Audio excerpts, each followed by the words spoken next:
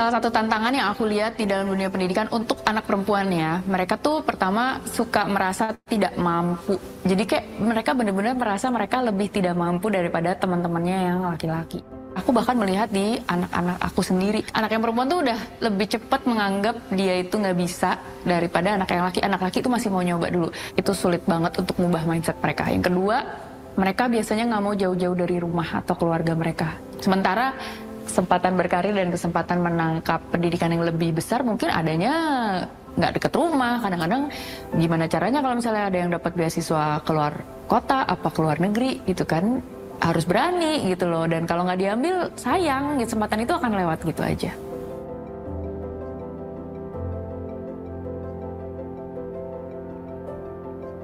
Dunia teknologi semakin berkembang pesat setiap harinya. Bahkan Indonesia akan membutuhkan 9 juta talenta digital di tahun 2030. Tapi sayangnya, perempuan masih kurang terlibat di dalamnya. Hanya ada 22% perempuan yang bekerja di sektor teknologi di Indonesia. Kurangnya partisipasi perempuan dalam bidang digital dan teknologi disebabkan oleh beberapa faktor. Antara lain stigma, stereotip gender, diskriminasi, kurangnya dukungan dari lingkungan sekitar, dan juga kurangnya representasi role model atau tokoh inspiratif.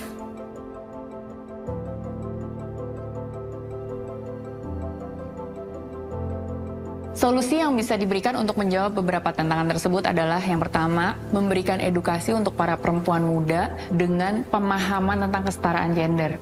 Dan juga kita kasih akses pendidikan yang berkualitas di bidang teknologi dan juga inovasi. Tidak hanya akses pendidikan, tapi juga pelatihan berbasis industri yang membuat mereka siap menghadapi dunia kerja.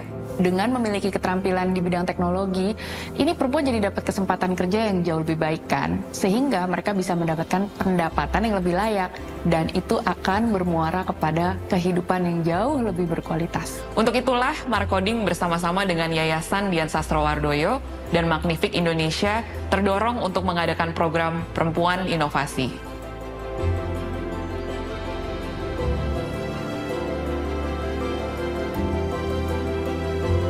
Perempuan Inovasi adalah program pelatihan keterampilan digital gratis untuk perempuan Indonesia, khususnya yang kurang mampu, agar mereka bisa belajar dan berkarya di bidang teknologi dan inovasi.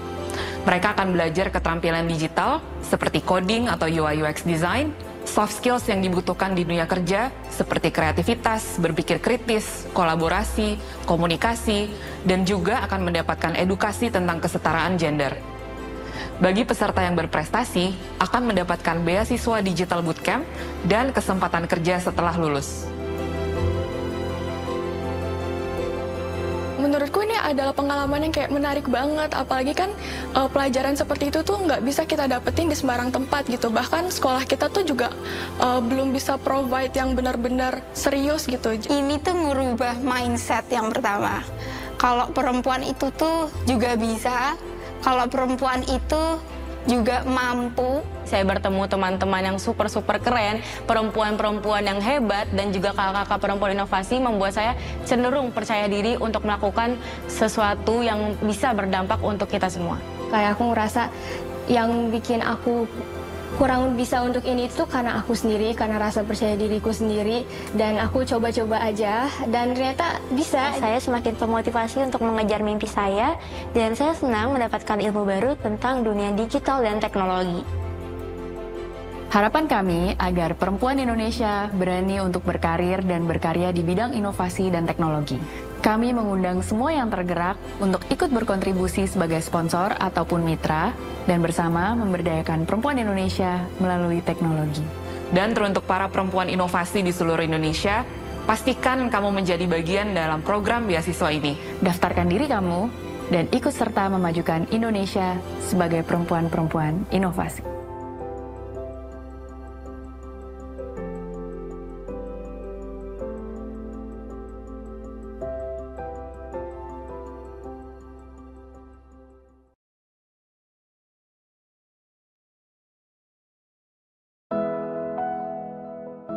Halo, nama saya Angginta dari Partnership Anoto Foundation. Harapan saya untuk perempuan inovasi ke depannya, semoga lebih banyak lagi perempuan-perempuan hebat di seluruh Indonesia sampai ke pelosok bagian Indonesia manapun yang mendaftar di program ini dan mendapat kesempatan untuk mengikuti bootcamp perempuan inovasi. Saya Rina dari IBM Indonesia. Mungkin dengan keikutsertaan kita di program Perempuan Inovasi, kita berharap akan lebih banyak perempuan yang bisa mempelajari skill-skill teknologi, khususnya STEM, dan bisa memperoleh kerjaan dan memiliki kualitas dalam mendapatkan pekerjaan, khususnya di bidang teknologi.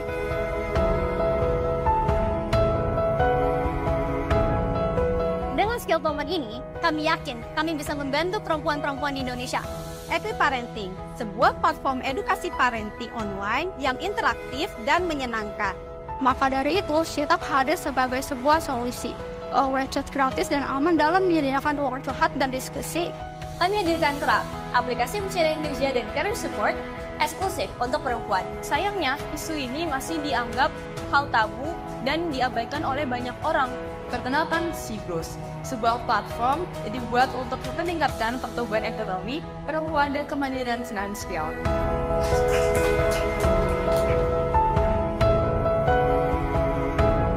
Hal-hal yang sudah di-provide dari perempuan inovasi sendiri, seperti adanya one-on-one mentoring, itu sangat-sangat membantu dan mengagetkan juga karena bisa menaikkan atau mendevelop skill yang cukup signifikan gitu, yang tadinya mungkin nggak tahu sama sekali sampai wow, bisa sampai selesai sebuah website dari awal sampai akhir.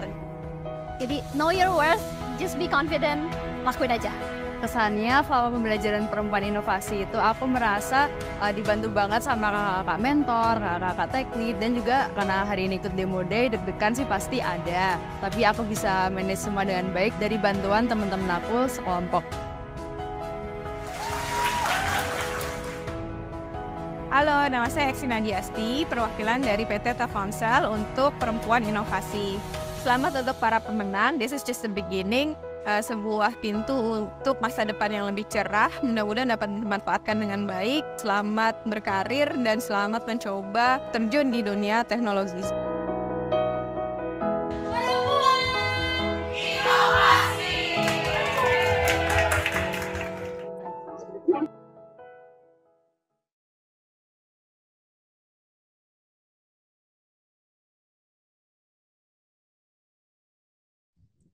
Baiklah, Assalamualaikum warahmatullahi wabarakatuh. Salam sejahtera bagi kita semua. Om Swastiastu, Namo Buddhaya, Salam Kebajikan. Selamat siang untuk teman-teman sekalian yang telah hadir di acara hari ini, yaitu pada sesi Dialog Perempuan Inovasi, Jejak Perempuan Meretas Batas di Dunia Digital dengan Kecerdasan Buatan. Terima kasih atas antusiasmenya dalam mengikuti sesi pada siang hari ini. Sebelumnya, aku ingin memperkenalkan diri terlebih dahulu. Namaku Virena Heltita Monika yang akan memandu acara kita pada siang hari ini. Aku ingin tahu nih, seberapa semangatnya teman-teman sekalian. Boleh dong buat kirim emoticon api sebanyak-banyaknya di kolom chat ya.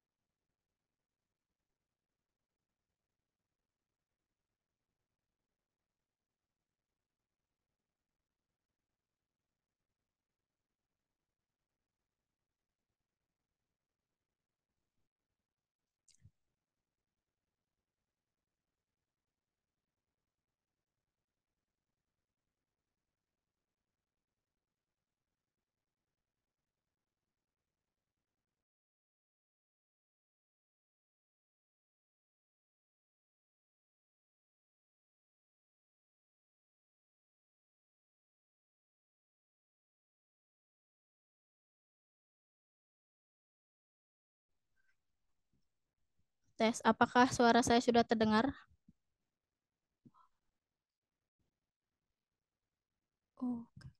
Oke, maaf ya teman-teman untuk kesalahan teknisnya.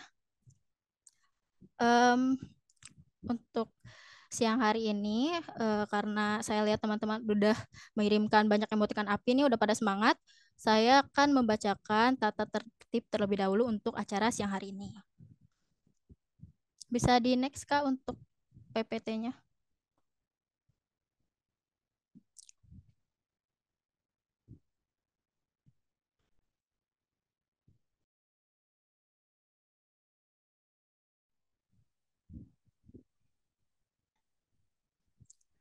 Oke, baiklah. Untuk tata tertib acara hari ini, dipersilakan untuk teman-teman sekalian menggunakan nama asli selama mengikuti sesi webinar ini. Dengan diharapkan agar kita lebih tahu nih, lebih akrab satu sama lain ya.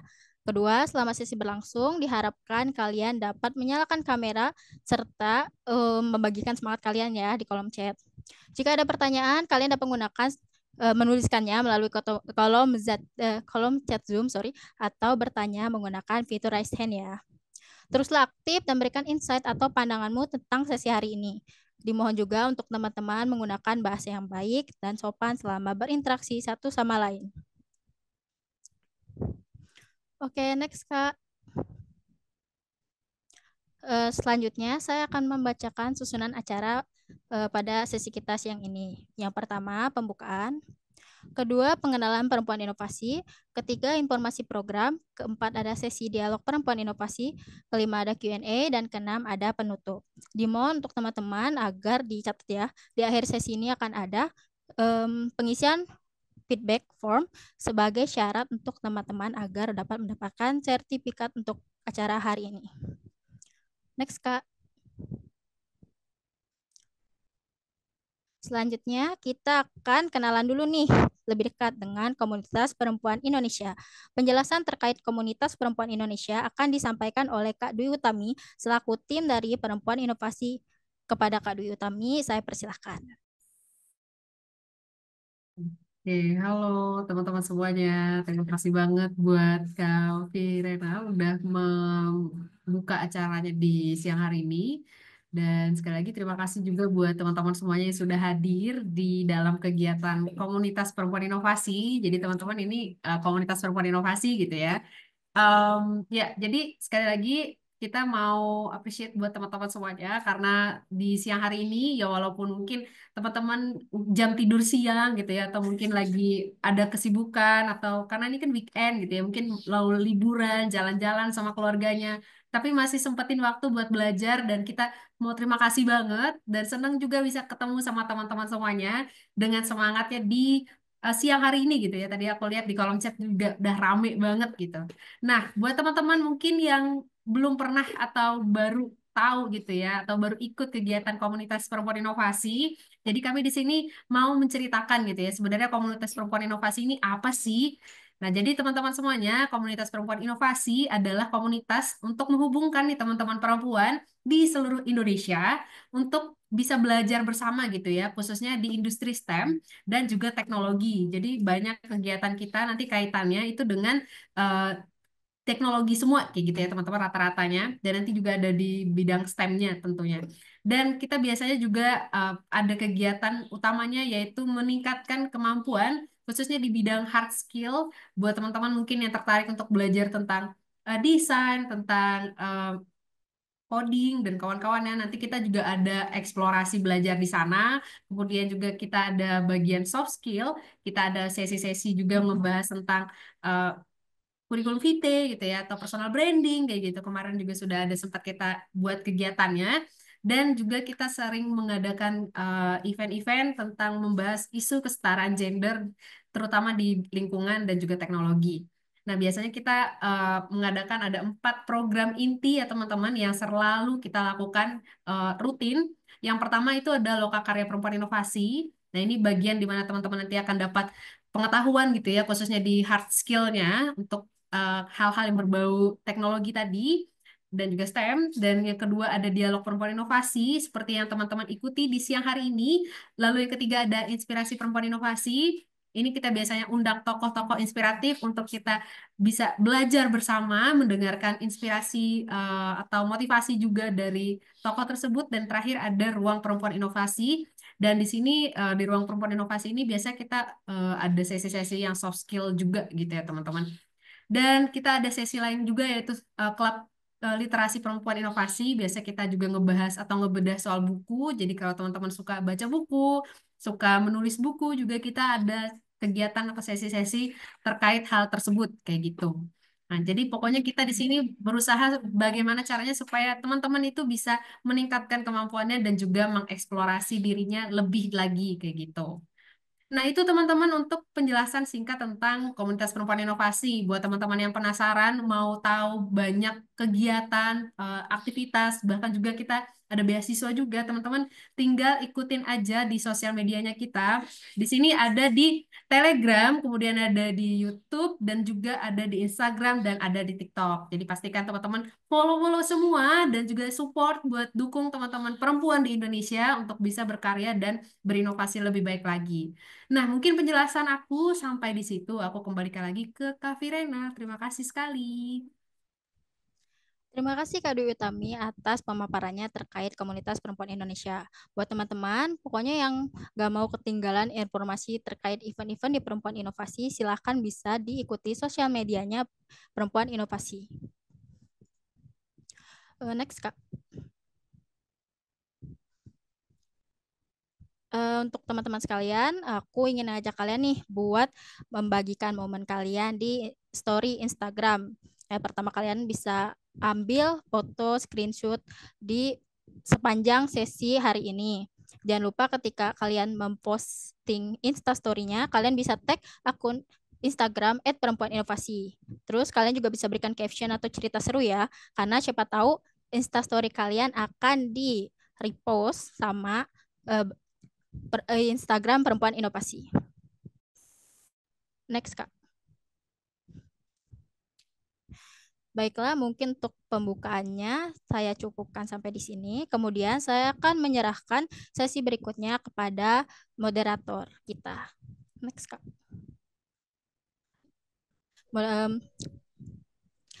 Perkenalkan dulu sebelumnya teman-teman, moderator kita hari ini ialah Kak Sophia Mega, di mana Kak Sophia Mega sendiri merupakan merupakan Social Media dan Community Officer di Perempuan Inovasi. Selain itu, Kak Sophia Mega juga memiliki ketertarikan di bidang menulis. Dia juga merupakan penulis dari buku Anatomi Perasaan Ibu.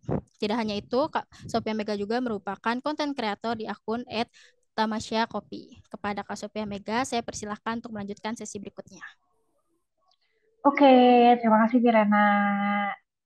Tadi Virena itu salah satu anggota komunitas perempuan inovasi, teman-teman. Jadi kalau kita join komunitas perempuan inovasi, kita juga belajar banyak soft skill sih. Kayak kemarin tuh kita sempat bikin public speaking club, terus kita belajar, terus kayak sekarang kita lagi praktek buat teman-teman berlatih jadi MC dan moderator juga nantinya.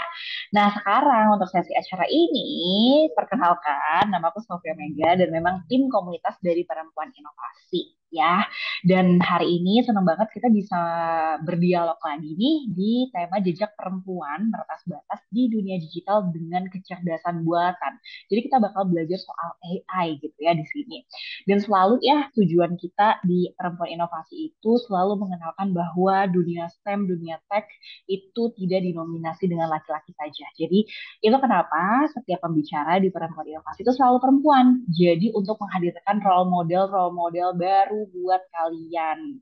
Nah, role model hari ini ada dua. Ada Kak Rizka Amalia dan juga Kak Bernadetta. Sebelum aku sebelum kita ngobrol sama Kak Rizka sama Kak Deta, kita akan kenalin dulu ya sebenarnya dua perempuan ini punya background pendidikan seperti apa, karirnya seperti apa gitu kan. Nah, aku kenalin dulu nih dari Kak Rizka Amalia. Jadi Kak Rizka Amalia tuh sekarang jadi senior data scientist di Populix. Tapi sebelumnya juga pernah jadi artificial intelligence engineer gitu ya.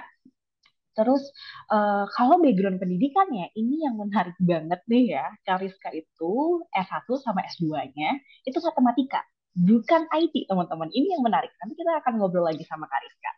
Terus selanjutnya itu ada Kak Deta.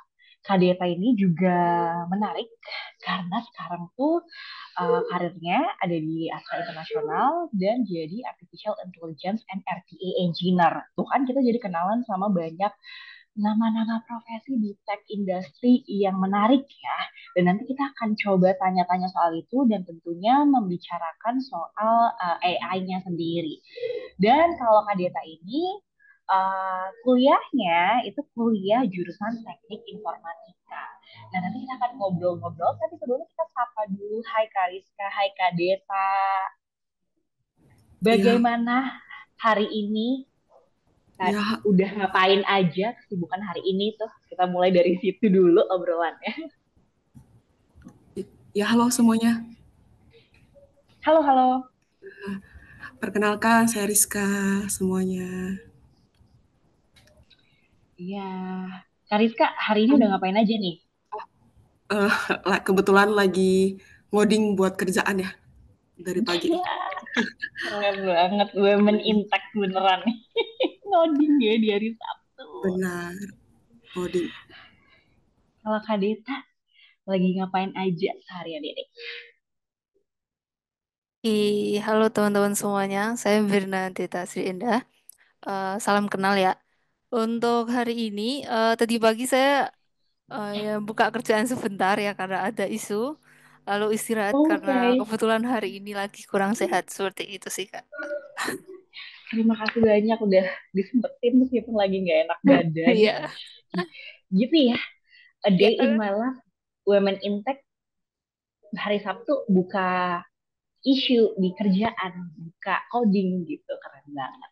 Oke, sekarang kita akan langsung masuk ya ke dialognya, tapi nanti kita akan kenalan dulu sama pekerjaan dari Kak Rizka, Kak Deta, karena di sini banyak perempuan inovasi tuh yang baru-baru berkenalan dengan tech industry, baru kenalan sama berbagai macam profesi gitu ya, terus kayak gimana cara dapetin pekerjaan tersebut, sampai nanti kita akan mendiskusikan apa sih perkembangan artificial intelligence dan bagaimana peran perempuan gitu di dalamnya. Nah, mungkin kita kenalan dulu sama Kak Rizka gitu ya. Dulu tuh kan kuliahnya matematika ya, Kak.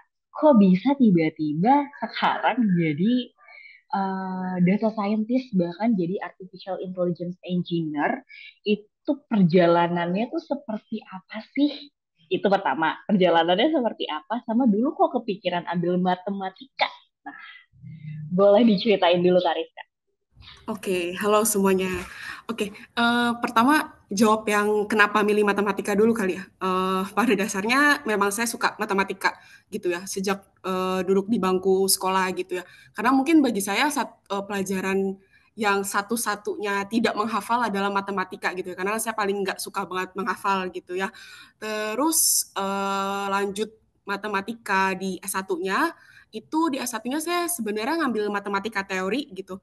Jadi benar-benar full di teorinya, dan pas lanjut studi saya ngambil matematika komputasi gitu.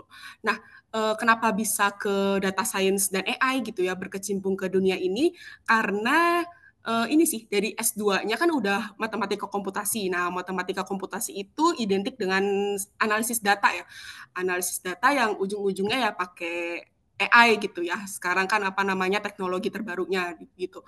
Itu sih paling apa namanya latar belakang kenapa saya milih matematika dan berkecimpung di AI.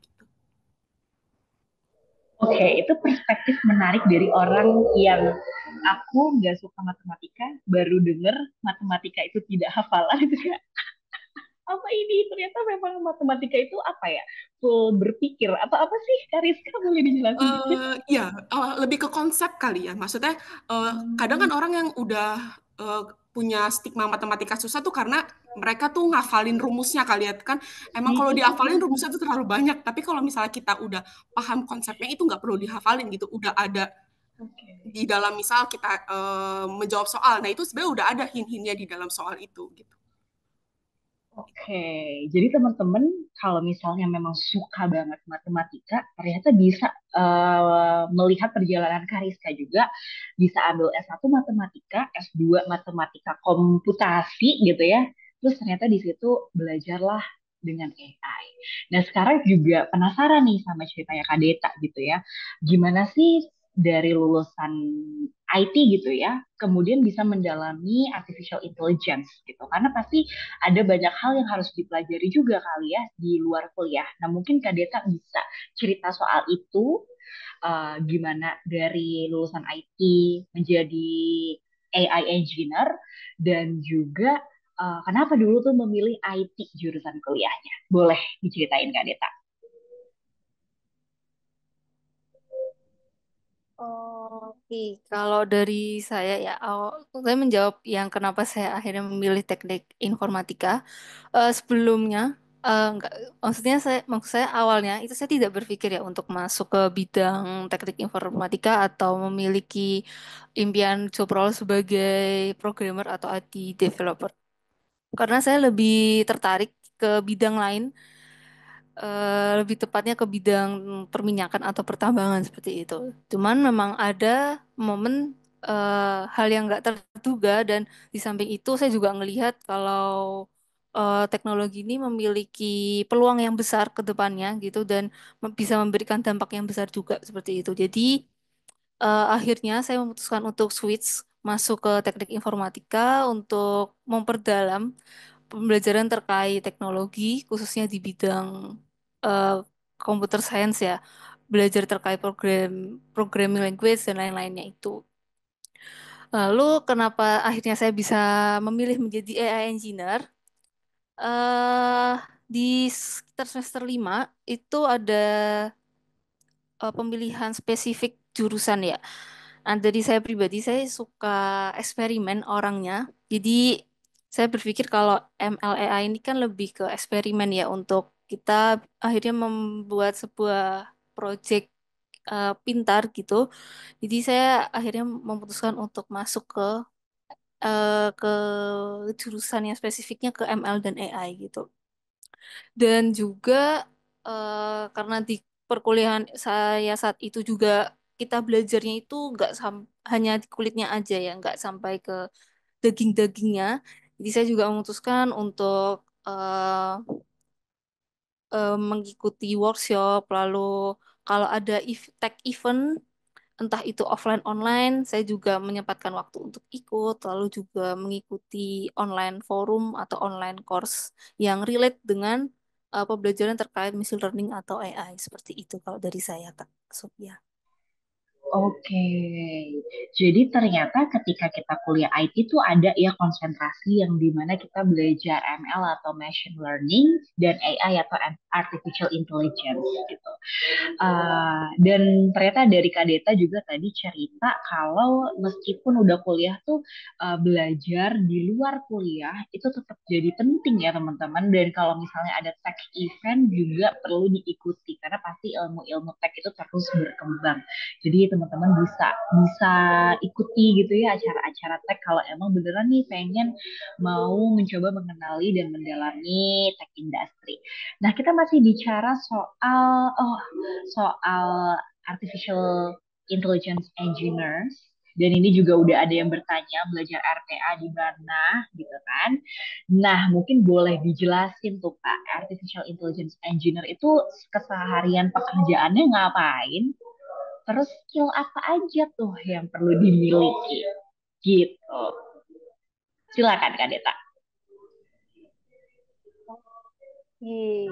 Kalau terkait job desk saya ya di tempat saya saat ini, mungkin secara lebih umumnya, job desk saya itu mengembangkan atau meningkatkan sistem menggunakan teknologi AI. Misalnya ini kami ingin mengotomatisasi proses yang sebelumnya dilakukan secara manual nih oleh teman-teman untuk mengurangi beban kerja dan meningkatkan efisiensi. Lalu kami juga menambahkan fitur pintar atau fitur yang berteknologi AI juga atau membangun sistem yang baru yang sebelumnya itu nggak ada sehingga pekerjaan-pekerjaan ini bisa menjadi lebih efektif dan terstruktur seperti itu. Lalu untuk eh, skill yang diperlukan nih untuk AI ataupun RPA, yang pasti yang pertama terkait programming language ya. Kita perlu untuk belajar terkait bahasa pemrograman Python.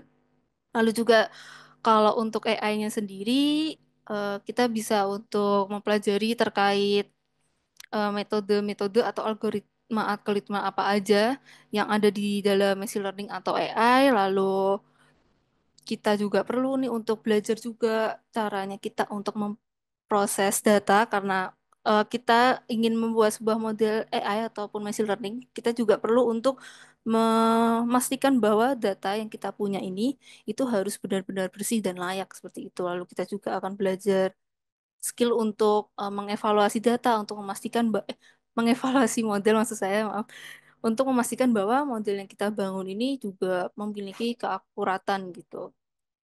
Kalau untuk dari sisi RPA ya, kalau dari saya pribadi, teman-teman bisa belajar nih terkait Python, lalu terkait robot framework ya. Dan jangan lupa terakhir, yang pasti teman-teman perlu untuk praktis ya, supaya bisa lebih oke nih untuk membuat project ke depannya, untuk project lebih bagus lagi gitu, seperti itu. Dari saya Kak Sofia. Jadi tadi itu udah dijelasin ya teman-teman bahwa pekerjaannya itu kalau biasanya nih kita sebagai konsumen AI ya, konsumen ChatGPT gitu ya.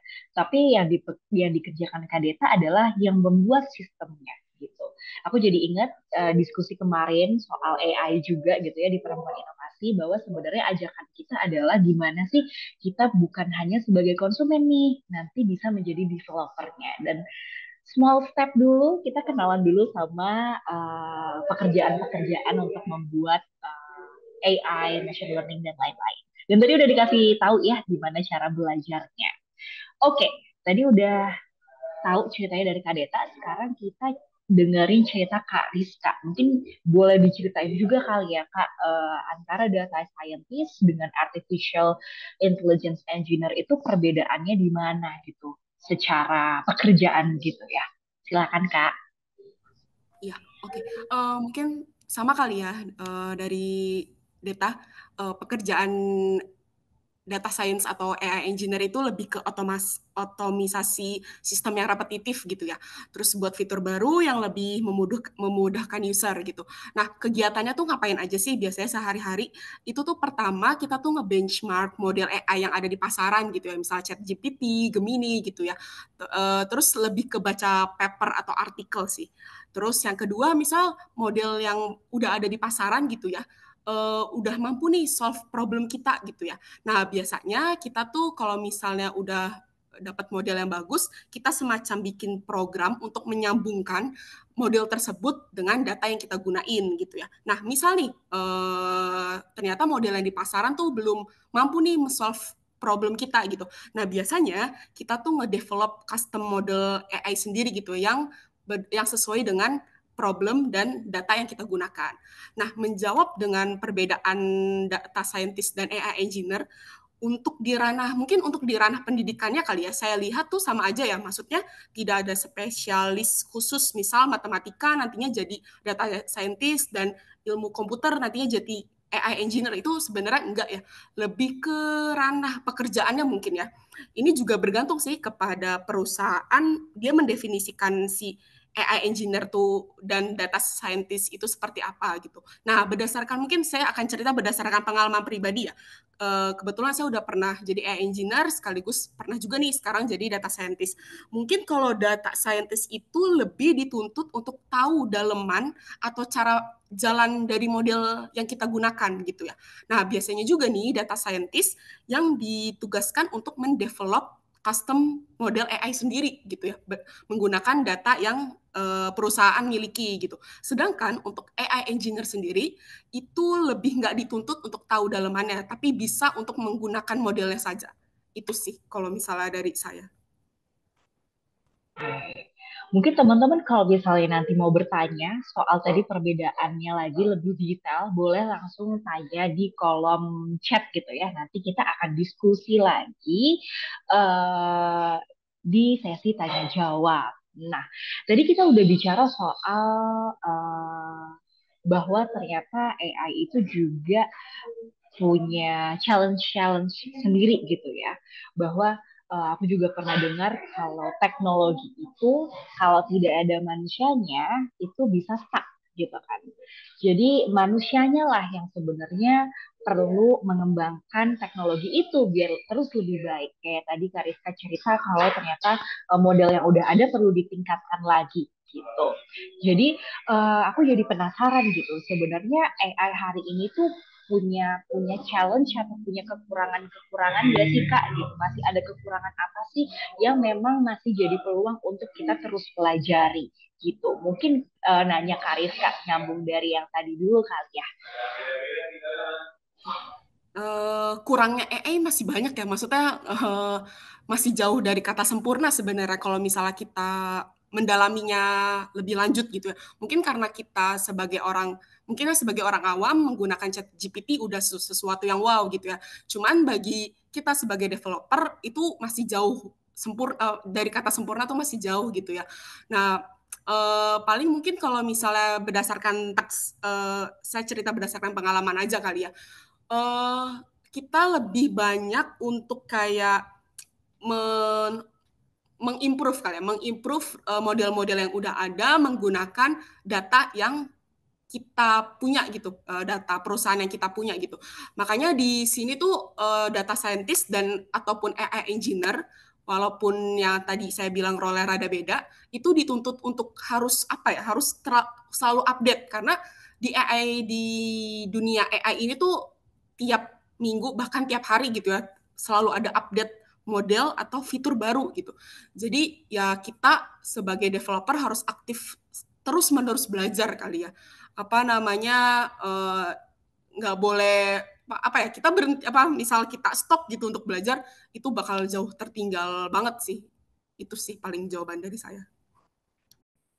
Oke, ternyata masih banyak hal yang perlu kita pelajari ya. Kayak AI hari ini tuh masih perlu pengembangan terus. Nah, tadi udah dari Kariska, mungkin dari Kak Deta apalagi sih yang sebenarnya masih kurang gitu dari perkembangan AI ini, mungkin khususnya di Indonesia sendiri gitu ya Kak Deta, atau mungkin dari pengalaman Kak Deta sendiri, boleh diceritain. Oke, kalau dari saya pribadi sama ya dengan Kak Rizka, masih banyak ya AI yang perlu ditingkatkan. Ya lebih contohnya seperti yang tadi Kak Rizka juga bilang, seperti ChatGPT. Kalau yang kita sebagai user, sebagai orang awam yang bukan sebagai developer, kita menggunakan ChatGPT ini udah oke gitu.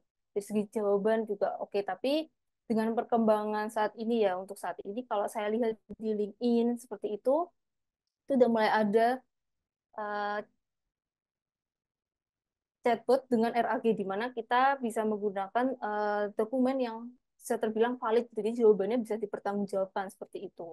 Lalu misal contohnya sebelumnya ChatGPT ini hanya bisa chattingan aja gitu. Terus untuk saat ini udah mulai nih improve fitur kayak dari teks ke image atau text to sound atau mungkin dari image and text to video seperti itu. Jadi dari kita sebagai developer juga memang harus mau nggak mau untuk terus belajar dan praktis ya, latihan supaya kita bisa improve juga terkait fitur-fitur dan perkembangan teknologi AI seperti itu kalau dari saya Kak Sofia.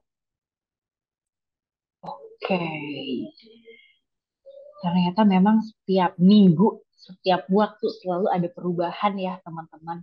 Nah mungkin sebelum kita bahas soal bagaimana gitu ya peran perempuan gitu dalam perkembangan AI ini, kita kembali lagi nih ke topik karirnya nih. Kalau misalnya kita mau jadi artificial intelligence engineer gitu ya, sebenarnya tahapannya tuh gimana sih? Kayak tangga karirnya itu kita harus jadi apa dulu dan bertahap menuju ke AI engineer itu seperti apa? Mungkin dari Kak Deta boleh ceritain tuh dari pengalamannya. Oke, jadi tahapan pertama ya, kalau dari saya pribadi, pengalaman itu tahap pertama pasti saya perlu untuk memahami core konsep dari ML atau AI itu sendiri. Jadi saya perlu untuk memperdalam terkait bahasa pemrograman ya. Kalau di ML AI itu kita mostly menggunakan Python. Jadi saya perlu untuk memahami dasar-dasar pemrograman Python itu seperti apa gitu dalam pengolahan data ataupun sekedar mengeluarkan output gitu. Nah, saya perlu untuk tahu dasar-dasar tersebut gitu. Lalu mungkin juga perlu ya menambahkan sedikit materi terkait matematika kalau itu diperlukan. Setelah saya memahami terkait core konsepnya, saya masuk untuk memperdalam terkait materi dari ML atau AI sendiri. Ya, seperti contoh tadi sudah saya sempat mention, Kemudian kita juga perlu nih untuk belajar terkait pemrosesan data seperti apa, cara kita membersihkan data yang baik, yang benar-benar bersih, tidak ada missing value atau data yang kosong itu seperti apa. Lalu kita juga perlu nih untuk mempelajari terkait metode-metode dalam machine learning AI itu apa aja untuk case yang kita pegang gitu, karena case yang berbeda pasti algoritma atau metode AI atau machine learning itu akan berbeda juga gitu. Lalu kita juga perlu nih untuk latihan ya, membangun sebuah model, lalu kita perlu untuk juga mengkombinasikan juga dengan beberapa metode supaya kita tahu nih, oh kalau misalnya kita menggunakan metode A itu hasilnya seperti apa, lalu menggunakan metode B hasilnya seperti apa, seperti itu. Jadi perbanyak terkait latihan-latihan ya terkait membangun project ML. Setelah itu jangan lupa untuk membangun portofolio itu juga penting, karena kalau misalnya kita mulai nih untuk masuk ke dunia industri, biasanya dari recruiter atau dari user ini biasanya juga akan tanya kayak pengalaman project yang udah kamu bikin itu seperti apa gitu, lalu challenge dan metode apa yang kamu pakai gitu. Jadi kita perlu untuk banyak latihan dari yang kecil, yang sederhana dulu juga nggak apa-apa. Yang penting kita jadi tahu nih tentang basic ML, dan kita juga punya pengalaman ya setidaknya untuk membuat real project ML AI itu seperti apa gitu. Jadi saya seperti itu. Oke, thank you banget. Tadi udah bertahap gitu ya, apa aja yang perlu dipelajari. Mungkin dari Kariska ada tambahan nggak? Gimana sih kita tahapannya sampai jadi AI engineer tuh harus punya ngelewatin karir apa dulu nih gitu. Oke, sebenarnya nggak ada tahapan yang spesial sih ya. Intinya terus-menerus belajar gitu ya, terutama belajar hal-hal dasarnya yang tadi Deta bilang, metode dasarnya, dan explore hal baru di AI gitu ya. Sebenarnya belajar bahasa programming itu memang diperlukan gitu ya. Tetapi hal-hal dasar kayak metode dari AI-nya itu lebih penting, karena di beberapa misal kita mau mau daftar kerja gitu ya. Kalau misalnya interviewnya tuh bakal lebih nanya ke sisi metodenya gitu, ketimbang ke sisi programmingnya. Kenapa gitu? Karena kalau misalnya kita belajar bahasa programming gitu ya, di internet tuh udah banyak gitu, tutorial Python gitu ya, itu udah banyak banget dan bisa diikutin gitu ya. Maksudnya kalau ada error pun di sana juga bakal ada yang ngebantu gitu. Misal kita taruh di salah satu forum gitu ya, namanya Stack Overflow, kita taruh di sana, misal kita ada error, kita taruh di sana, nanti juga ada orang yang ngebantuin gitu ya.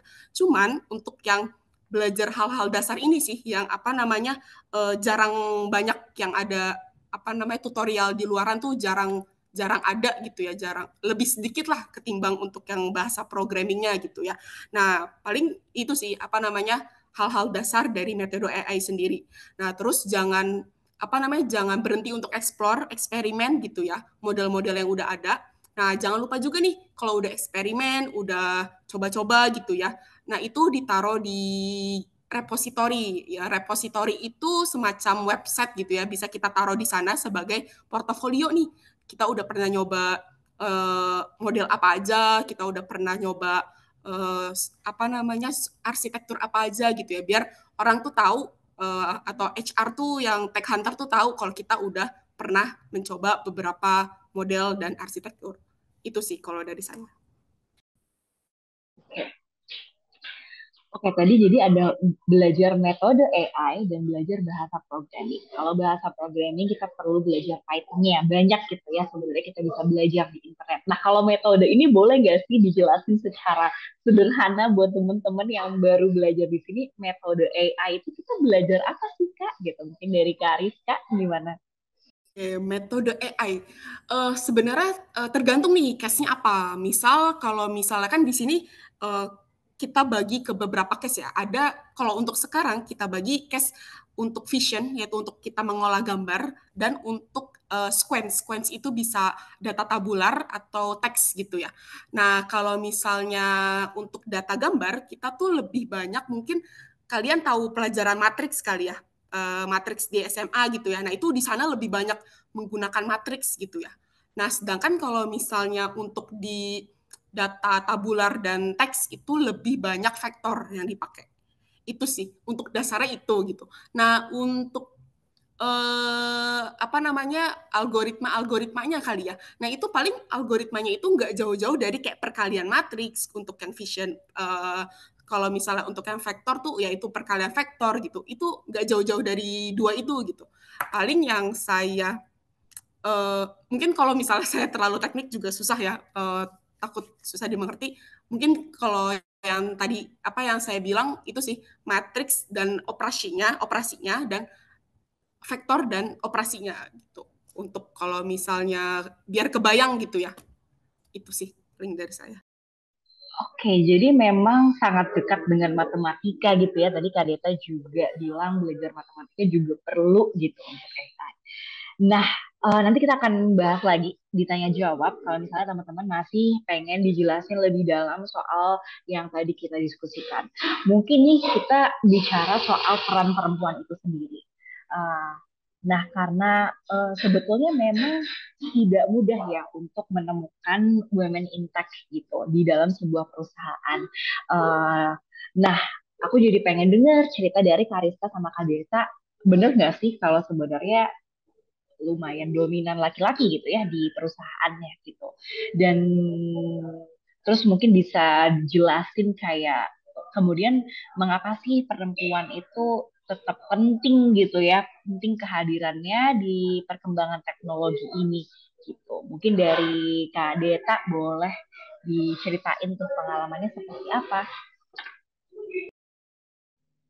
Oke, kalau dari saya pribadi berdasarkan pengalaman ya, kalau memang di teknologi, khususnya di IT itu memang eh, lebih dominan laki-laki, jadi jatuhnya lebih cocok laki-laki. Padahal dari sisi perempuan juga cocok-cocok aja dan oke-oke aja gitu.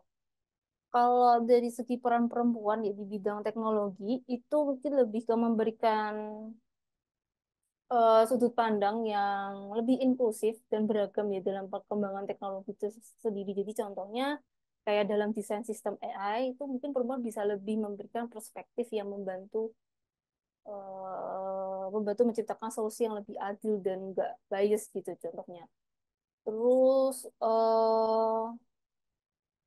dampak dari saya juga lihat ya secara langsung adalah peningkatan kesadaran di lingkungan kerja tentang pentingnya representasi gender ketika lebih banyak perempuan yang terlibat. Jadi lingkungan pekerjaan ini bisa lebih kolaboratif, lalu lebih kreatif dan mungkin bisa membantu juga nih menghasilkan solusi yang lebih inovatif. Dari saya seperti itu, Kak. Semoga menjawab ya.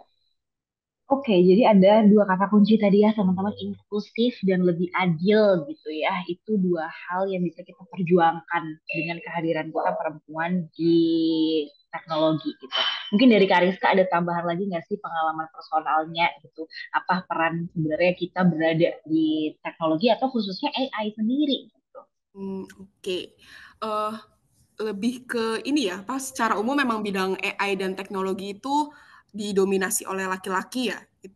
Ini pengalaman pribadi nih. Di tim saya sekarang gitu ya, saat ini satu tim itu ada 11 orang gitu ya. Nah, saya sendiri sebagai perempuan gitu. Nah, di tim sebelumnya juga demikian, ada 6 sampai 5 orang dan saya sendiri juga yang perempuan gitu ya. Tantangan untuk eh, apa ya? Tantangannya itu lebih bukan ke masalah teknikalnya sih, lebih ke masalah komunikasinya malah. Terkadang cara laki-laki dan perempuan berkomunikasi itu kan beda ya. Nah, jadi awal-awal butuh waktu untuk cari tahu nih cara dulu sih pas di company sebelumnya mencari tahu cara kita berkomunikasi ke laki-laki tuh gimana sih yang efektif gitu ya. Takutnya kan ada ya namanya juga perempuan kadang kan ada baper-baper sedikit lah ya itu. Nah, itu paling terus untuk mungkin dampak perempuan kali ya, apa namanya peran perempuan gitu ya di bidang AI. Ini sama sih tadi yang kayak Deta bilang membawa sudut pandang yang berbeda gitu. Yang sering kali kalau di laki-laki tuh nggak kepikiran sama sudut pandang ini gitu. Misal kayak perempuan kayak lebih teliti mungkin terhadap lebih peka dan lebih teliti terhadap fitur yang lagi dibangun mungkin laki-laki nggak memikirkan nih apa namanya dampak sosial dan etikanya di dalam pengembangan teknologi atau fitur AI ini gitu. Sedangkan perempuan lebih kayak seharusnya nggak gini, nanti user bakalan gini. Mungkin itu kali ya kalau misalnya dari saya dampaknya. Oke, itu menarik banget ya teman-teman. Jadi sebenarnya bukan karena perempuan itu kayak karakternya lebih teliti, laki-laki tidak teliti, tapi karena kita perempuan, laki-laki itu punya pengalaman berbeda dalam tumbuh. Laki-laki tumbuh menjadi laki-laki, perempuan tumbuh menjadi perempuan. Jadi kombinasi kita bersama tuh jadi lebih peka gitu. Itu menarik banget sih. Nah, selanjutnya nih, sebenarnya kayak apa ya, untuk karir kita di AI gitu ya, peluangnya tuh seberapa besar sih Kak untuk sekarang? Apa memang semua banyak perusahaan tuh yang memang lagi cari AI engineer dan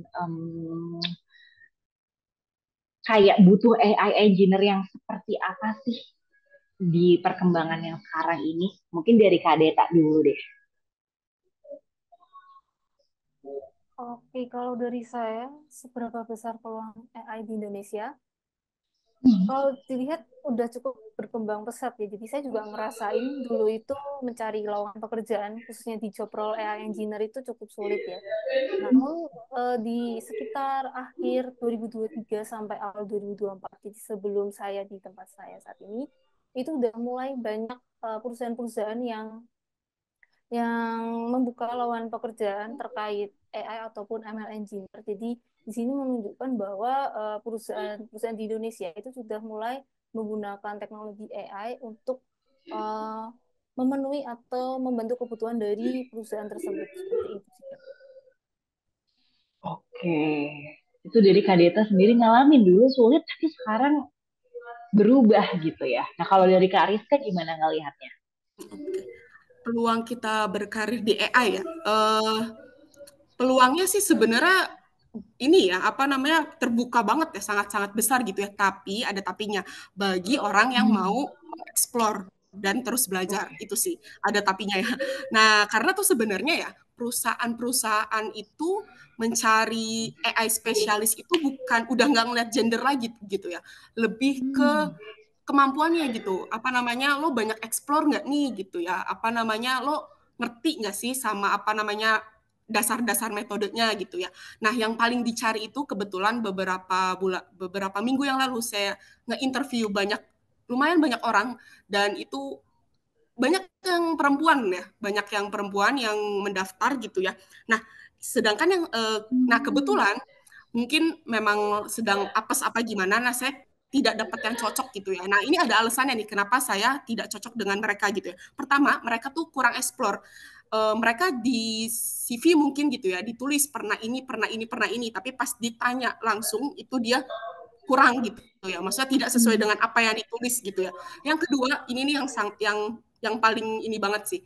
Dia tuh kurang ngerti konsep dasarnya. Karena yang kita cari sekarang itu yang mengerti, maksud saya yang punya nilai jual lebih, itu yang ngerti dasar-dasarnya ketimbang yang cuma bisa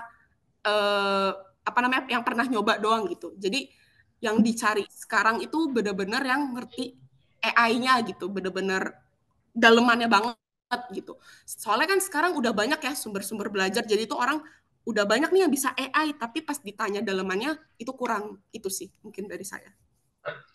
Oke, jadi ada konsep dasarnya yang perlu kuat. Ini aku jadi pengen bertanya satu lagi sebelum kita ke sesi tanya jawab.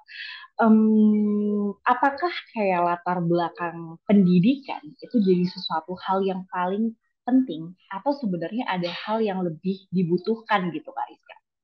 Oke, latar belakang sama sekali tidak penting ya.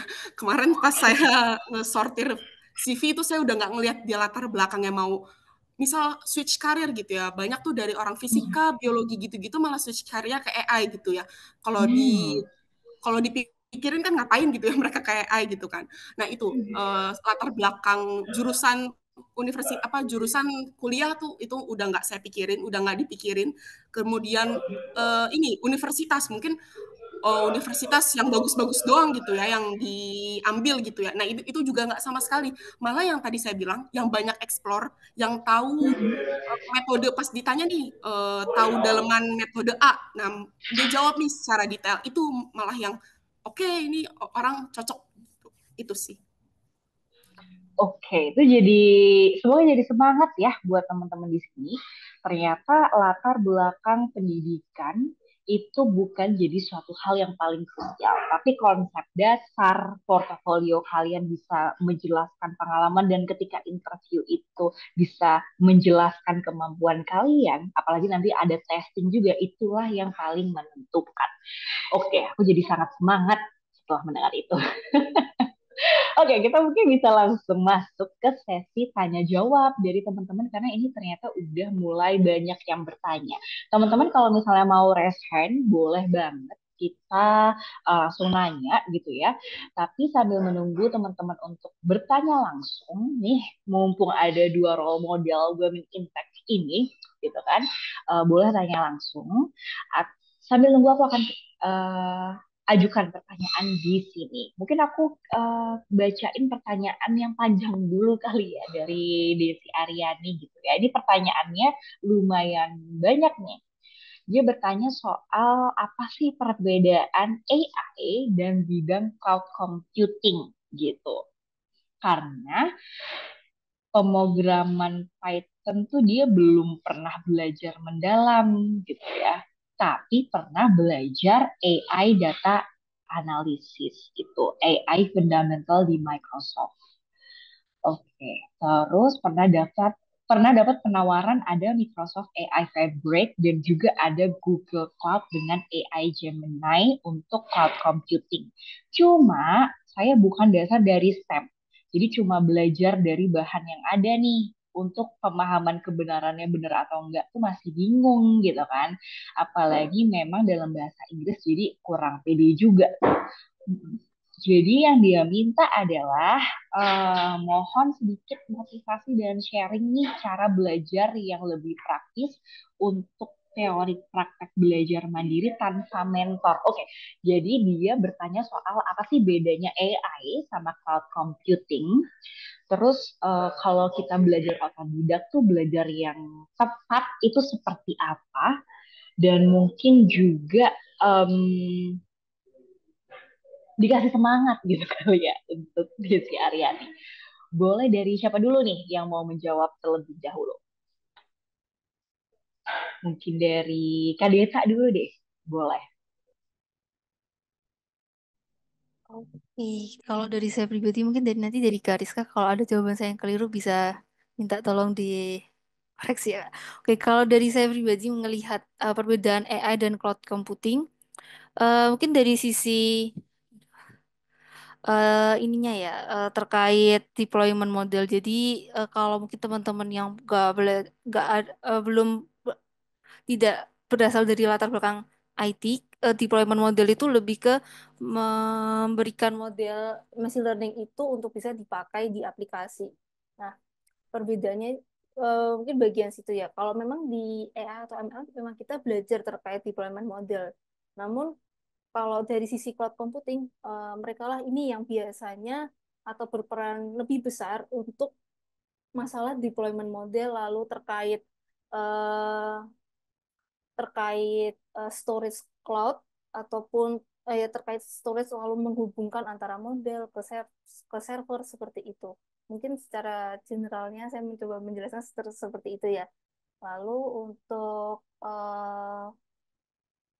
terkait cara belajar yang lebih praktis, kalau dari saya juga uh, belajarnya kebanyakan secara otodidak ya. Jadi saya tidak mengeluarkan biaya yang terlalu besar untuk bisa belajar terkait Python ataupun tentang terkait AI. Jadi biasanya lembaga-lembaga pembelajaran seperti Skillful atau mungkin Revo atau Coursera seperti itu mereka biasanya ada program gratis mungkin sekitar 1 bulan gitu.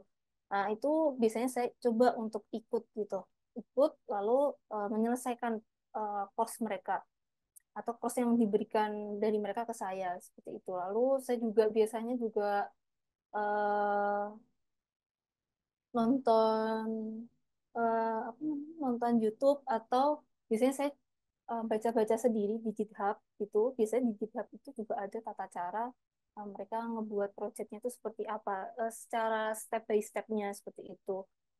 Lalu juga apa ya?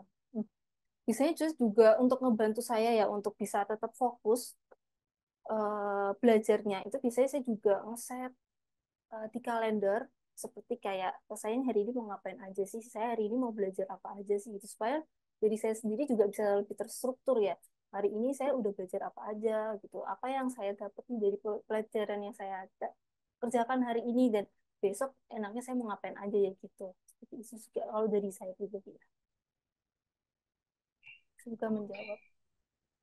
Oke, terima kasih Kak Deta. Jadi tadi ada dua opsi cara belajar gitu ya. Memang kita manfaatkan kelas-kelas yang gratis dulu nih, karena memang kalau di kelas tuh kita disiapin kurikulum gitu. Memang bedanya kalau otodidak kita jadi perlu nyiapin kurikulum sendiri, apa ya, tahapan belajar sendiri. Nah, mungkin tips dari Kak Deta bisa membantu ada untuk Desi. Nah, mungkin dari Karisa ada tambahan nggak untuk Desi?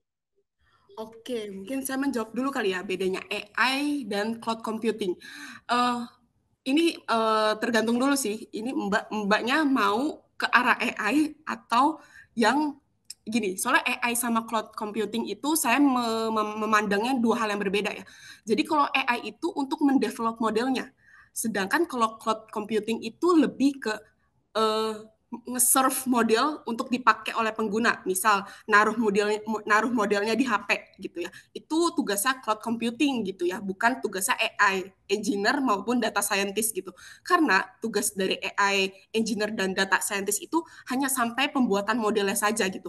Pembuatan model, terus improve model itu. Jadi nggak perlu kalau misal kita mau menjadi data scientist dan AI engineer untuk belajar cloud computing itu nanti-nanti dulu deh gitu ya. Dan difokusin tuh bagian fundamental AI dan data science-nya aja gitu. Itu sih paling mungkin kalau misalnya bedanya AI dan cloud computing. Nah, mungkin menjawab pertanyaan kedua, cara belajar yang tepat. Mungkin ini saya ceritakan pengalaman ya.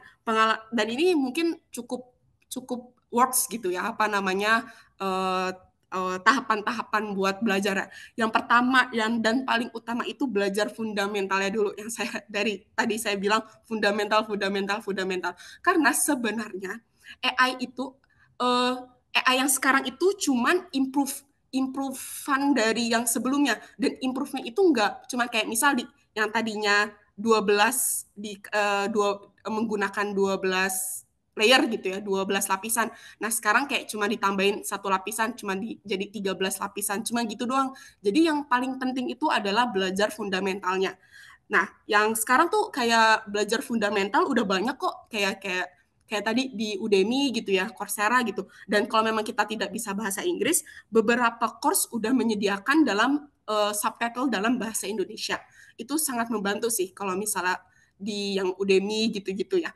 Terus yang baru deh tuh kalau misalnya kita udah paham betul sama fundamentalnya, baru kita coba yang aneh-aneh. Maksudnya gimana? Misal di fundamental tuh biasanya kita cuma pakai data tabular, angka-angka biasa aja gitu ya. Sedangkan nanti kalau misalnya di sana kita udah paham betul konsepnya, baru kita naik nih belajar ke yang aneh-aneh seperti inputannya gambar, teks gitu ya, video gitu ya. Itu sih kalau dari saya. Oke, terima kasih banyak Kariska. Semoga bisa menjawab dari pertanyaan Desi ya. Nah, teman-teman kalau misalnya mau tanya langsung pakai raise hand boleh, silakan raise hand gitu ya. Karena memang sesi tanya jawab ini ada untuk kalian biar bisa langsung nanya ke profesional gitu. Jadi disediakan sesinya untuk kalian bisa nanya langsung tanpa perlu ngechat di LinkedIn, tanpa perlu nge-DM gitu kan. Jadi teman-teman bisa nanya langsung. Mungkin sambil nunggu lagi pertanyaan-pertanyaan masuk, boleh lewat chat juga. Aku akan mencoba menanyakan pertanyaan dari MU ya. Mungkin ini lagi membahas soal validitas data untuk AI. Sebenarnya validitas data yang hari ini tuh seperti apa sih? Karena memang yang terakhir kita tahu tuh banyak bias ya di AI yang itu masih jadi kekurangan AI hari ini. Nah, mungkin dari Kak Rizka boleh dijelasin tuh pertanyaan dari Emil. Berapa persen validitas data dari kecerdasan buatan? Ini mungkin maksudnya ini kali ya, apa namanya, berapa banyak data yang digunakan untuk kecerdasan untuk membuat model AI kali ya. Ini sih, apa namanya, ada satu tag khusus gitu. Semakin banyak data, semakin pinter juga model AI-nya gitu ya. Jadi kalau ditanya datanya seberapa untuk membangun AI yang baik gitu ya, ya kalau bisa sebanyak-banyaknya gitu ya. Karena kan emang AI itu belajar dari data ya, pattern data. Mereka pintar karena belajar dari pattern data gitu ya. Yang kita kasih gitu. Semakin banyak yang kita kasih ya semakin bisa juga, semakin pintar juga dia menjawab masalah yang kita minta gitu. Misal kayak klasifikasi sentimen sentimen analisis gitu ya. Kita mau tahu nih misal di Twitter ya, untuk tweet ini itu dia tuh sentimennya negatif atau positif nih, atau positif sih gitu ya. Nah, itu tuh semakin banyak kita memberikan data-data yang positif gitu ya, dan memberikan data yang negatif juga. Nah, semakin pintar tuh dia nantinya menebak kalau kita ngasih yang tweet baru gitu ya, menebak sentimennya gitu. Nah, paling yang kedua adalah ini sih, balance, datanya harus balance ya. Karena kalau misalnya salah, misal tadi ya untuk negatif sama positif, kalau datanya nggak balance, misal cenderung kebanyakan yang positif gitu ya, nah nanti modelnya akan kemungkinan bisa menebaknya salah gitu ya. Misal modelnya itu kebanyakan dikasih data positif, kemungkinan besar modelnya tersebut bagusnya untuk data-data positif aja gitu. Sedangkan data-data yang negatif dia nggak bagus. Itu mungkin yang bisa saya jawab. Semoga. Oke, kalau dari Kariska tadi soal ketersediaan data dan datanya balance atau enggak. Kalau dari Kadeta apa sih? Bagaimana soal validitas data untuk kecerdasan buatan nih Kak? Oke, kalau dari saya ya, validitas data dalam AI itu bergantung ya, berbagai faktor kayak dari sumber datanya, mungkin dari metode pengumpulannya, pengolahannya, atau dari penggunaan model. Nah, saya setuju dengan Kak Rizka, kalau data memang perlu untuk balance ya. Lalu kita juga perlu untuk memastikan kalau data ini benar-benar bersih, lengkap, dan representatif. Jadi data ini kita perlu memastikan bahwa data ini nggak ada yang missing value, nggak ada yang kosong, nggak ada yang duplikat, seperti itu. Nah, biasanya dengan kita bisa datanya bersih, itu mungkin dari segi kualitas atau akurat akurat model itu kemungkinan bisa mencapai 90% seperti itu. Terus mungkin dari segi model yang digunakan, mungkin beberapa case model yang sederhana ini mungkin nggak bisa menangkap pola yang kompleks ya. Sedangkan kalau misalnya model yang canggih seperti deep learning gitu, kita juga perlu untuk membutuhkan data yang besar ya untuk akurasi yang tinggi. Cuman kalau misalnya teman-teman mencoba untuk membuat sebuah model, jadi nggak pakai kayak arsitektur model gitu, kalau dari saya mungkin bisa dibuat dari yang sederhana dulu, yang nggak terlalu kompleks. Siapa tahu dengan kita ngebuat modelnya yang nggak kompleks, yang sederhana, tapi kita mungkin memiliki data yang lebih oke, lebih bersih gitu, atau datanya udah balance, itu bisa menghasilkan akurasi yang lebih baik gitu. Mungkin dari saya seperti itu, Kak. Semoga menjawab dari pertanyaannya Kak Emilia. Oke, semoga terjawab ya untuk Emily. Kita jadi tahu bahwa sebenarnya peran manusia juga loh untuk bisa membuat AI itu validitasnya lebih baik lagi gitu. Dan mungkin ini juga berkaitan ya sama pertanyaan Febia Joni tadi. Uh, Dia bertanya nih, dia dari Sains Data ITERA gitu ya. Dia bertanya tantangan terbesar yang sering dihadapi seorang AI engineer ketika bekerja pada proyek AI itu apa sih? Apakah memang ketersediaan data dan penyeimbangan data itu yang jadi challenge terbesar atau ada hal lain? Mungkin dari Kak Deta boleh dilanjutkan tadi ya ceritanya. Oke, kalau terkait tantangan terbesar ya sebagai AI engineer, ini jawabannya agak sedikit berbeda dengan yang tadi. Kalau dari saya pribadi, tantangan terbesarnya salah satunya adalah perkembangan teknologi AI-nya. Jadi eh, itu yang ngebuat saya harus mau nggak mau untuk terus belajar dan update ya, update terkait perkembangan dari teknologi AI sendiri. Jadi saya sering berusaha meskipun capek, tapi kalau misalnya emang ada event lebih kayak workshop atau conference, saya juga tetap ikut supaya saya juga tahu nih terkait tren AI saat ini tuh trennya seperti apa, lalu perkembangan teknologi AI saat ini tuh seperti apa. Lalu berikutnya translate dari teori ke praktek. Biasanya itu kalau dari saya sendiri, saya udah belajar nih teorinya, saya udah belajar di course gitu, tapi saya kurang bisa nih untuk mengimplementasikannya itu ke real project-nya.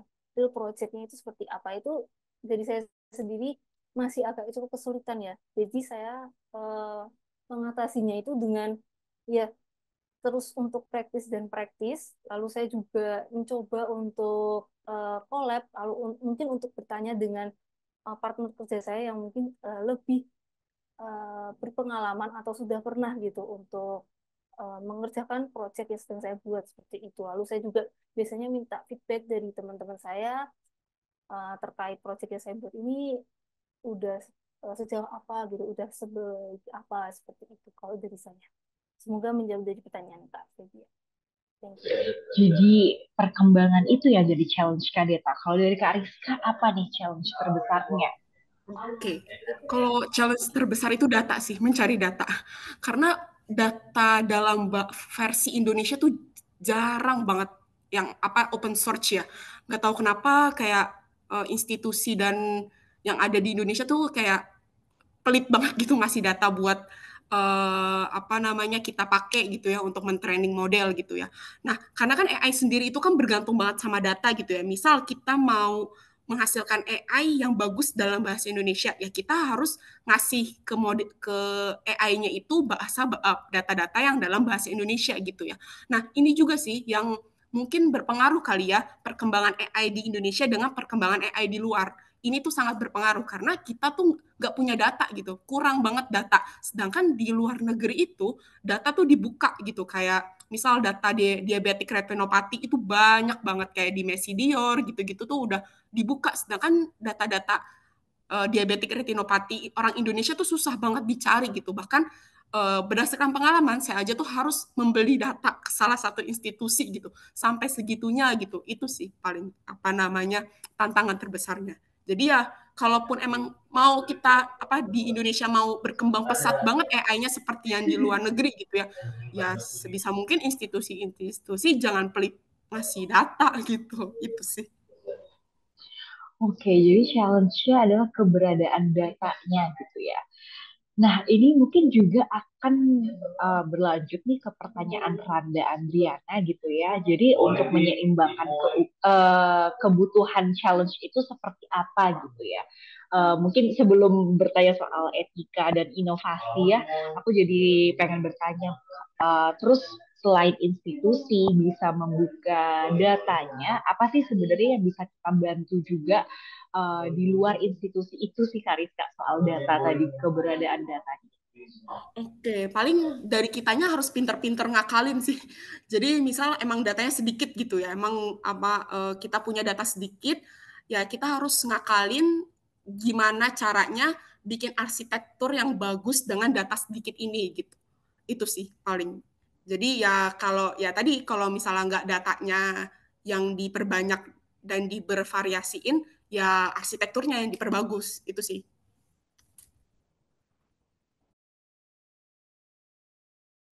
Oke, terima kasih banyak untuk tambahan penjelasannya tadi ya. Ini kita masuk ke pertanyaan Randa soal etika dan inovasi gitu. Karena memang banyak juga nih kasus-kasus yang kita dengar bahwa sebenarnya ada loh yang namanya emotional AI. Ada juga di mana sebuah kritik bahwa eh, AI itu mulai menyalahi etika gitu ya.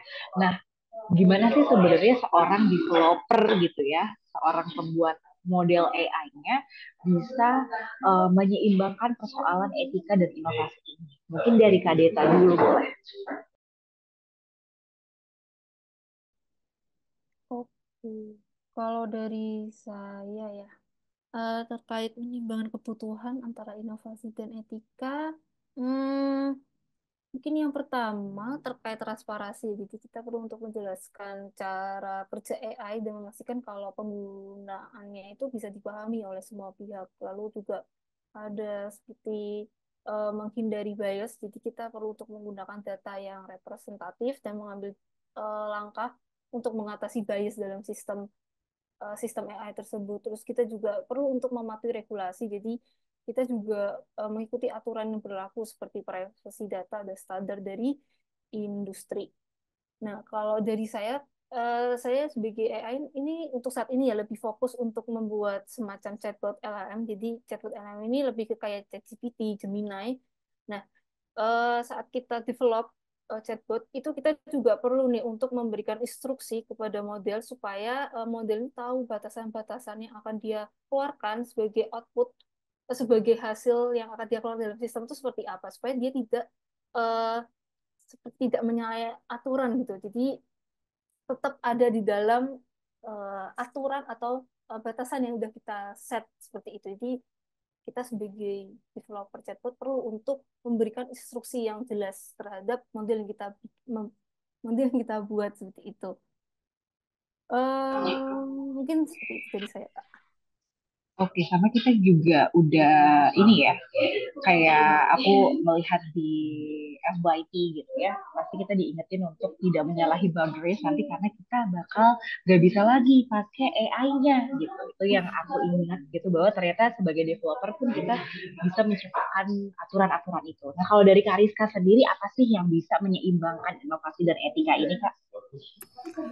Sama sih, apa namanya, mungkin kalau dari developernya sendiri gitu ya, lebih bijak aja sih menggunakan model dan fitur AI yang ada gitu ya, jangan menyalahgunakan. Misal ada nih institusi yang udah membuka data gitu ya, udah mengopen source-kan data dan modelnya, nah itu kita pakai dengan bijak gitu ya. Terus kita juga biasanya tuh kasih batasan sih ke program AI-nya sama kayak data, apa yang boleh dan apa yang nggak boleh dikeluarkan, seperti itu. Mungkin yang kayak kredensial gitu-gitu mungkin nggak boleh gitu ya. Itu kita set di dalam program AI-nya.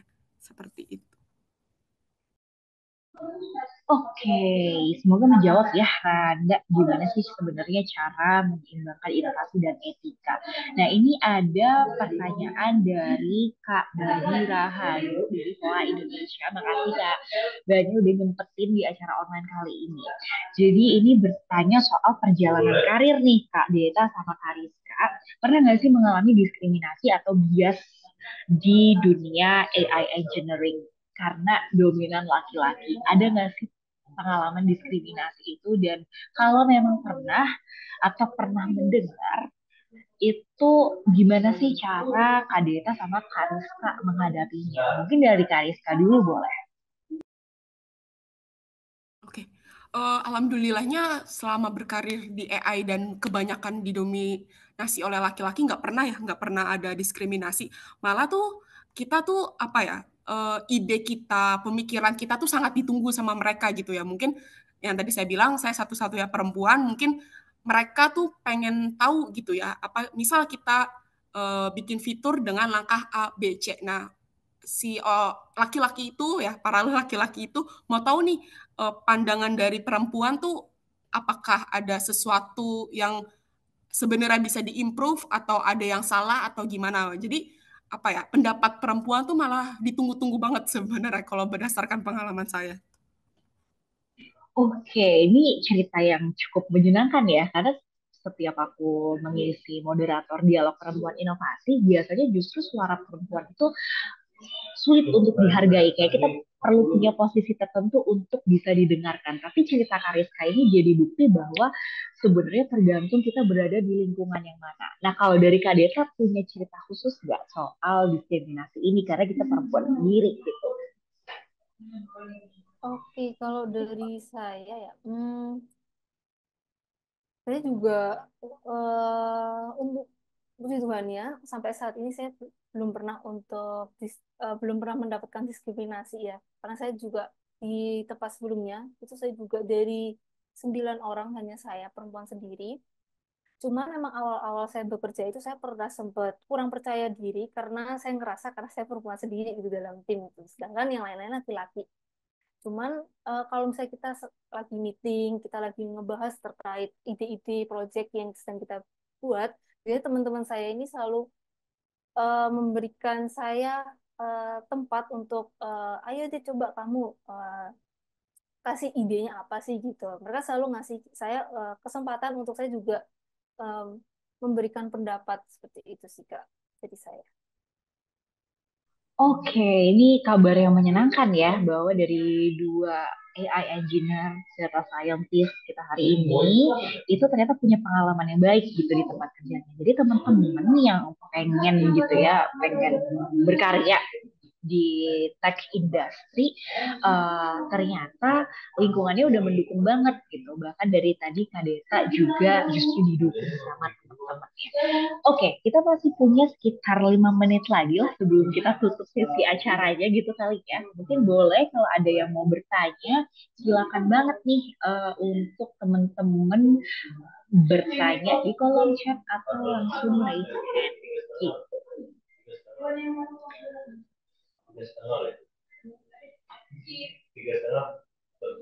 Mungkin kalau misalnya kita belum ada nih pertanyaan yang baru, mungkin sebagai penutup kali ya, penutup dari, bentar, aku cek dulu. Ini ada satu pertanyaan baru. Sorry, gak jadi penutup dulu. Dari Mika Zevanya. Oke, ini pertanyaannya agak personal ya. Jadi ada gak sih hal yang kakak sesali saat masuk pekerjaan kali ini? Apa tuh? Apakah nyesel gak dari dulu? Kayak hukum konten di TikTok gitu ya? Atau hal yang lain gitu? Mungkin boleh dari Kak Deta dulu kali ya. Oke, kalau dari saya jujur bingung ya jawabnya seperti apa ya. Karena kalau saya masuk ke pekerjaan saya saat ini, saya nggak ada menyesal sama sekali. Karena itu udah jadi karir goal saya dari saya masuk kuliah justru. Jadi saya sangat bersyukur sekali bahkan nggak ada yang saya sesali sih Kak dari saya pribadi ya. Semoga menjawab dari pertanyaan Kak Mika. Oke, kalau Kak Deta emang udah punya goal ya dari kuliah pengen AI engineer. Kalau dari Kariska ada nggak? Sama sekali nggak nyesel ya. Malah ya tadi Mbak Sofia bilang nyesel emang kenapa baru S2 gitu ya, baru berkecimpung di AI-nya. Kenapa nggak lebih dulu lagi gitu ya, misal dari S1-nya gitu ya. Sama sekali nggak nyesel sih, walaupun sebenarnya mungkin bisa dibilang saya semacam switch karir gitu ya. Jadi waktu S1 saya itu saya sempat kerja sebagai aktuari. Kalau kalian tahu aktuari yang asuransi matematika, saya sebenarnya pengen banget berkecimpung di sana gitu ya. Tapi pas S2-nya saya tuh malah kayak banting setir ke matematika komputasi gitu ya. Malah berkecimpungnya di AI gitu. Nah, itu rada ada penyesalan sedikit kenapa nggak dari S1 saya udah belajar matematika komputasi. Oke, nah mungkin ini sebagai penutup juga nih Kak Rizka sama Kak Deta. Ini ada Kak Cahyo bilang saya jadi semakin merasa tua. Nah ini nih, biasanya kalau kita belajar sesuatu hal yang baru, kita tuh gampang banget merasa berpikir terlalu terlambat mulai atau aduh ini kayak terlalu sulit untuk dipelajari. Nah mungkin boleh disemangati nih buat teman-teman perempuan inovasi di sini karena biasanya mereka tuh benar-benar baru masuk ke belajar di tech ini. Apa sih yang harus mereka pegang prinsip untuk bisa semangat terus belajar? Boleh dari Karisa. Nggak ada kata telat ya. Soalnya apa ya? Malah sekarang tuh orang banyak yang baru belajar AI gitu ya. Apa namanya baru karena emang lagi hits banget. Jadi orang berlomba-lomba buat switch karir ke AI gitu ya. Jadi nggak ada kata terlambat sih buat belajar AI dan apa ya? Memang mungkin susah kayak karena kalau misalnya kita belajar fundamental AI itu kan lebih banyak banget ke matematikanya. Cuman percayalah kalau misalnya kita udah ngelewatin udah bisa fundamental, udah bisa dasar-dasarnya itu kesana-sana itu langsung satset banget sih. Itu kalau dari saya. Fundamental yang jadi kunci. Kalau dari Kak Deta apa nih pesannya? Oke, kalau dari saya setuju ya dengan Mbak Rizka kalau tidak ada kata telat ya untuk memulai dan juga jangan takut untuk gagal ya teman-teman karena gagal itu juga salah satu proses kita untuk bisa jadi lebih baik ya karena saya juga ada di tempat saya saat ini itu saya juga sebelumnya udah banyak mengalami kegagalan ya seperti itu sih Kak. Oke, terima kasih banyak Kak Rizka sama Kak Deta untuk kesempatan sharing-sharingnya di Dialog Perempuan Inovasi ini. Semoga ini bisa jadi bekal nih buat teman-teman perempuan inovasi belajar bahwa sebenarnya AI itu kondisinya gimana cara belajarnya, dan semoga lebih banyak lagi nih teman-teman perempuan inovasi yang semangat belajar di STEM dan berkarya nantinya. Oke, itu aja sih untuk dialog sore hari ini. Makasih banyak teman-teman yang udah nyempetin dan udah mengizinkan aku jadi moderator di sesi acara hari ini. Dan aku akan kembalikan lagi ke Virena. Dan sampai jumpa lagi di Dialog Perempuan Inovasi. Makasih Kak Rizka sama Kak Deta dan teman-teman semuanya. Terima kasih buat Kak Mega udah memimpin sesi sharing session kita tadi. Terima kasih juga buat Kak Rizka sama Kak Deta selaku pemateri kita hari ini yang sangat luar biasa banget. Hari ini sharing session ini saya harap semoga kita bisa dapat ilmu-ilmu yang bermanfaat untuk kita semua nantinya. Oh ya teman-teman, sebelum sebelum berakhirnya sesi ini, dimohon untuk jangan kemana-mana dulu karena setelah ini kita akan melakukan pengisian absensi sebagai syarat teman-teman untuk mendapatkan sertifikasi dari kegiatan hari ini. Teman-teman bisa mengisi melalui link yang sudah dikirim di kolom chat Zoom atau bisa di-scan dulu ini QR code-nya karena di luar sesi Zoom ini kami tidak akan membagikan QR code ataupun link dari absensi untuk hari ini.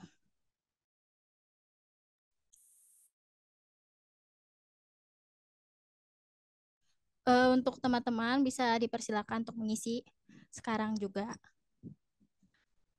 Sembari menunggu teman-teman mengisi, aku mau tanya-tanya nih buat kalian mungkin yang mau ngisi nanti atau yang udah ngisi form nantinya. Kira-kira apa sih bagian-bagian atau materi apa sih yang hari ini kayak berkesan banget buat kalian yang kayak kalian rasa insight-nya tuh kena banget di kalian, bisa dong bagi-bagi sharing-sharing di kolom chat Zoom-nya.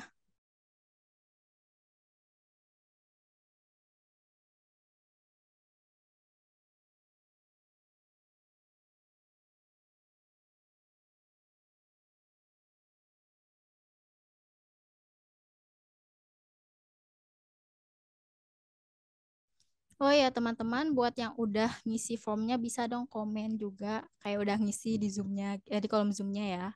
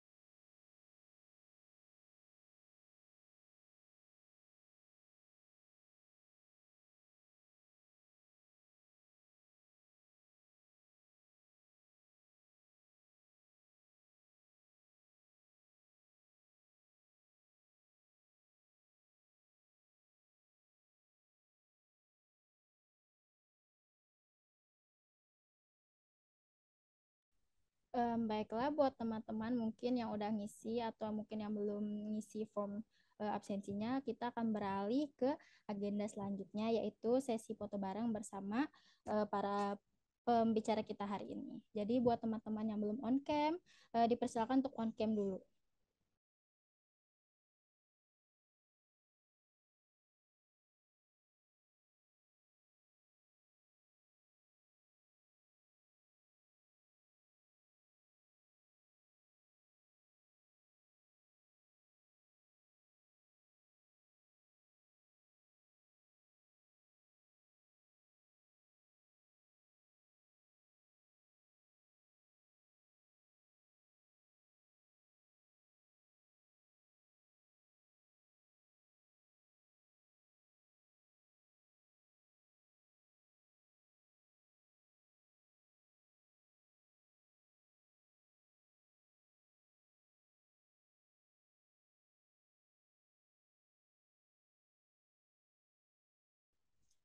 Baiklah, untuk sesi fotonya akan saya pimpin untuk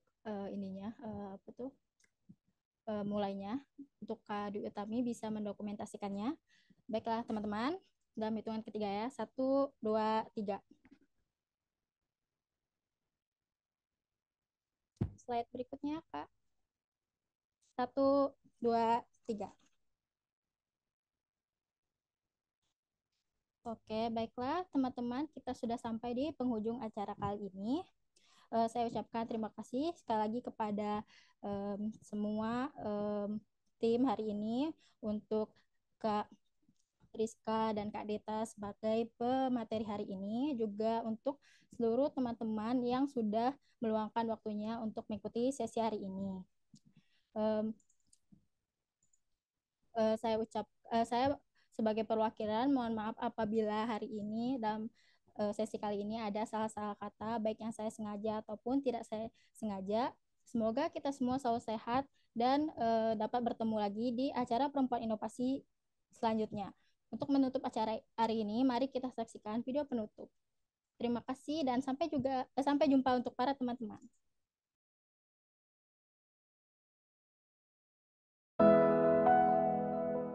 Halo, nama saya Angginta dari Partnership Tanoto Foundation. Harapan saya untuk perempuan inovasi ke depannya, semoga lebih banyak lagi perempuan-perempuan hebat di seluruh Indonesia sampai ke pelosok bagian Indonesia manapun yang mendaftar di program ini dan mendapat kesempatan untuk mengikuti bootcamp perempuan inovasi. Saya Rina dari IBM Indonesia. Mungkin dengan keikutsertaan kita di program Perempuan Inovasi, kita berharap akan lebih banyak perempuan yang bisa mempelajari skill-skill teknologi, khususnya STEM, dan bisa memperoleh kerjaan dan memiliki kualitas dalam mendapatkan pekerjaan, khususnya di bidang teknologi.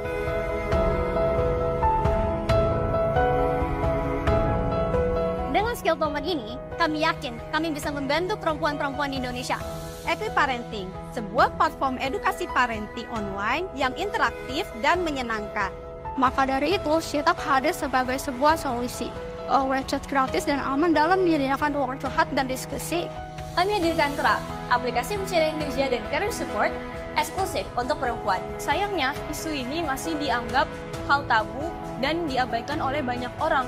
Perkenalkan Sigros, sebuah platform yang dibuat untuk meningkatkan pertumbuhan ekonomi, perempuan, dan kemandirian finansial.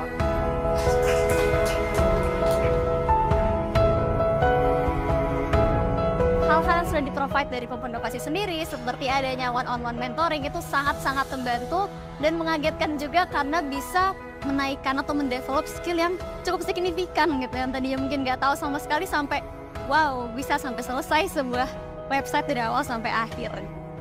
Jadi know your worth, just be confident, lakuin aja. Kesannya selama pembelajaran perempuan inovasi itu aku merasa dibantu banget sama kakak mentor, kakak tech lead, dan juga karena hari ini ikut demo day, deg-degan sih pasti ada. Tapi aku bisa manage semua dengan baik dari bantuan teman-teman aku sekelompok.